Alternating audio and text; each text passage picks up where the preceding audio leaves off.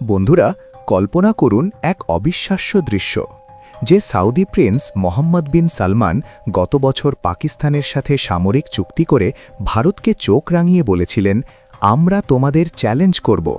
আজ সেই একই প্রিন্স তেলের বদলে চাল চেয়ে ভারতের দরজায় হাত পাচ্ছেন।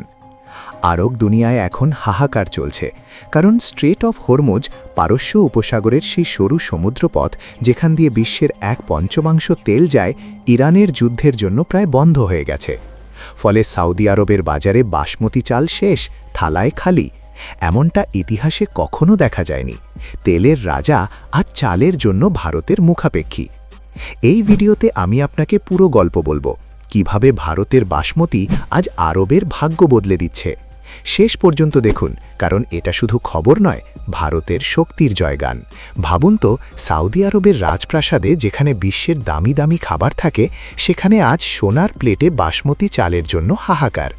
তেলের কুয়ো হয়তো ফুরিয়ে যায় না, কিন্তু পেটের ক্ষুধা যে তেলের আগুনকেও ছাড়িয়ে যায়, তা আজ পুরো আরব জগৎ হাড়ে হাড়ে টের পাচ্ছে। ভারতের এক মুঠো বাসমতি চাল আজ আরবের প্রতিটি ঘরে যুদ্ধের চেয়েও বড় সংকট তৈরি করেছে। বন্ধুরা, আসুন প্রথমে বুঝে নিই পুরো পরিস্থিতি। সৌদি আরব প্রতি বছর ভারত থেকে প্রায় 1.17 মিলিয়ন টন বাসমতি চাল আমদানি করে। এটা তাদের থালার প্রধান অংশ, সাধারণ মানুষের দৈনন্দিন খাবার। সৌদি নিজের দেশে চাল এক ফোঁটা ফলায় না, পুরোটাই বাইরে থেকে আনে। এখন 2026-এর এই যুদ্ধে স্ট্রেট অফ হরমুজ বন্ধ হয়ে যাওয়ায় সব আমদানি আটকে গেছে। সৌদি আরবের খাবারের 85% এই পথ দিয়েই আসত। এখন দাম আকাশ ছুঁয়েছে, বাজারে হাহাকার। মাংস, সবজি, চাল সবকিছুর দাম 15-30% বেড়ে গেছে। সৌদির বাজারে এখন যে অবস্থা, তা শুধু যুদ্ধের ধ্বংসলীলা নয়, এক ভয়াবহ খাদ্য সংকটের পূর্বাভাস। যারা একদিন পুরো বিশ্বের জ্বালানি নিয়ন্ত্রণ করত, তারা আজ এক বস্তা ভারতীয় চালের জন্য নিজেদের সীমানা রক্ষা করার বদলে খাদ্য গুদাম পাহারা দিচ্ছে। ভারতের এই সুগন্ধি চাল আজ আরবের মানুষের জীবনযাত্রার একমাত্র আশা এবং ভরসা হয়ে দাঁড়িয়েছে। ভাবুন তো, সৌদির রাস্তায় এখন চালের দোকানে লাইন পড়ছে। যারা তেল বিক্রি করে বিশ্বকে চালায়, তারাই আজ খাবারের জন্য অসহায়। এটা শুধু একটা সংকট নয়, এটা ভারতের কৃষকের জয়। গত 2025 সালে ভারত 6.4 মিলিয়ন টন বাসমতি রপ্তানি করেছে, বিশ্বের সবচেয়ে বড় রেকর্ড। আর তার অর্ধেকের বেশি গেছে মধ্যপ্রাচ্যে। এই পরিসংখ্যান প্রমাণ করে যে ভারতের কৃষকের ঘাম শুধু ফসল ফলায় না, তা বিশ্বের বড় বড় অর্থনীতির জন্য অপরিহার্য। আর এখানেই আসছে ইতিহাসের মজা। মাত্র 6 মাস আগে 2025 সেপ্টেম্বরে সৌদি প্রিন্স পাকিস্তানের সাথে পারস্পরিক প্রতিরক্ষা চুক্তি সই করেছিলেন। সেই চুক্তিতে লেখা ছিল, একজনের ওপর আক্রমণ মানে দুজনের ওপর আক্রমণ। ভারতের সীমান্তে পাকিস্তানকে শক্তি দেওয়ার জন্য এটা ছিল স্পষ্ট বার্তা। কিন্তু আজ সেই একই প্রিন্সের দেশে চালের অভাব। পাকিস্তান তো শুধু আব্বু বলতে পারে, চাল দিতে পারে না। চালের জন্য পুরো বিশ্ব জানে ভারতই রাজা। আপনারা হয়তো ভাবছেন, এত বড় নির্ভরতা কেন? কারণ আমাদের বাসমতির সুগন্ধ, লম্বা দানা আর স্বাদ, এর কোনো বিকল্প নেই। সৌদির সুপারমার্কেট থেকে শুরু করে রাজপ্রাসাদের থালা, সব জায়গায় ভারতীয় বাসমতি। এখন সেই চাল না পেলে তাদের খাদ্য নিরাপত্তা ভেঙে পড়বে। পাকিস্তানের পুরনো বন্ধু তো আজ সৌদির ক্ষুধার সামনে কোনো কাজ আসছে না, কারণ বাসমতি চালের গুণমান পাকিস্তান কখনোই ভারতের মতো দিতে পারবে না। এই সংকট শুধু চালের নয়, সৌদি তেল রপ্তানি করে বিশ্বকে চালায়, কিন্তু নিজেরা খাবারের জন্য অন্যের মুখাপেক্ষী। এটা দেখিয়ে দিচ্ছে ভারতের কৃষকের হাতে আজ বিশ্বের ভাগ্য। আরবের মানুষ আজ বুঝতে পারছে, তেলের কুয়োর চেয়ে চালের ক্ষেত অনেক বেশি শক্তিশালী। আমাদের কৃষকরা যে ঘাম ঝরায়, সেই ঘাম আজ আরবের রাজপ্রাসাদে পৌঁছে গেছে। বন্ধুরা, এবার একটু থামুন। আপনি যদি ভারতীয় হন, তাহলে কমেন্টে জয় শ্রীরাম লিখুন। আর অন্য দেশের বন্ধু হলে আপনার দেশের নাম লিখুন। দেখি কতজন এই গর্বের মুহূর্তে আমাদের সাথে আছেন। এখন আসল খবরের দিকে আসি। আরব দুনিয়ায় এই হাহাকার এতটাই বেড়েছে যে সৌদি প্রিন্স মোহাম্মদ বিন সালমান ভারতের কাছে সরাসরি অনুরোধ করেছেন, যত তাড়াতাড়ি সম্ভব বাসমতি চাল পাঠান। তেলের বদলে চাল। যে প্রিন্স একদিন ভারতকে তেল না দেওয়ার হুমকি দিয়েছিলেন, আজ তিনি নিজেই চালের জন্য ভিক্ষা চাইছেন। রিপোর্ট বলছে, সৌদির পুরনো স্টক শেষের পথে।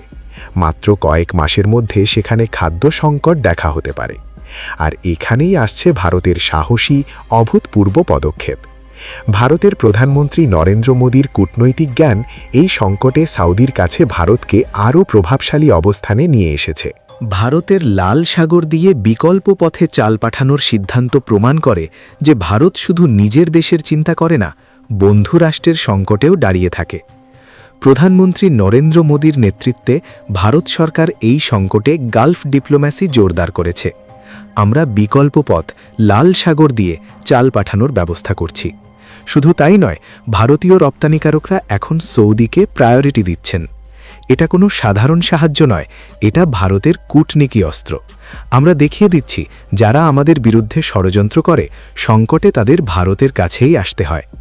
সৌদি আমাদের চতুর্থ বৃহত্তম বাণিজ্য সঙ্গী। আমরা তাদের থেকে 18% ক্রুড তেল নিই। 25 লক্ষ ভারতীয় সেখানে কাজ করে রেমিটান্স পাঠায়। কিন্তু এই যুদ্ধ দেখিয়ে দিয়েছে তেলের চেয়ে চালের শক্তি বেশি। ভারত আজ বলছে আমরা সাহায্য করব, কিন্তু আমাদের সম্মান আর স্বার্থ মনে রেখে। এই সাহসী পদক্ষেপে ভারতীয় কৃষক, রপ্তানিকারক আর কূটনীতিকরা সবাই একসাথে কাজ করছে। সৌদি হয়তো ভেবেছিল তারা অর্থের মাধ্যমে সব কিনে নেবে, কিন্তু ভারতের বাসমতি চাল অর্থের চেয়েও বেশি অমূল্য, তা আজ প্রমাণিত হল। আগামী দিনে ভারতের এই শক্তি বিশ্বের প্রতিটি দেশের কাছে এক শিক্ষণীয় বিষয় হবে। আরও গভীরে দেখুন, এই সংকটে পাকিস্তান চেষ্টা করছে সৌদির বাজার দখল করতে, কিন্তু তাদের চালের মান আর সরবরাহ ভারতের সাথে পারে না। সৌদির মানুষ জানে সত্যিকারের বাসমতি শুধু ভারত দিতে পারে।